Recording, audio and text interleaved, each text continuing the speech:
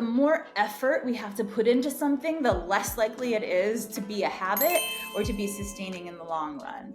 If we make the pursuit of a hard goal hard itself, probably not going to work out as well. So if we can try to make the pursuit of our goal, making the things we need to do every day easier for us, then we're going to be able to stick with it longer. It sounds pretty straightforward, right? But it's something that we often don't give ourselves the benefit of.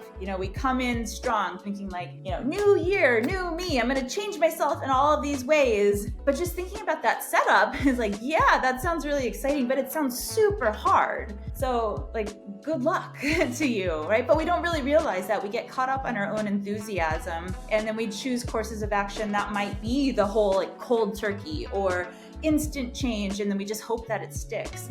And that's just not as effective. What works better is trying to figure out how can we take the thinking out of it. If we have something that we want to do every day, or that we want to do every couple of days, it's better if we don't have to remind ourselves or talk ourselves into it.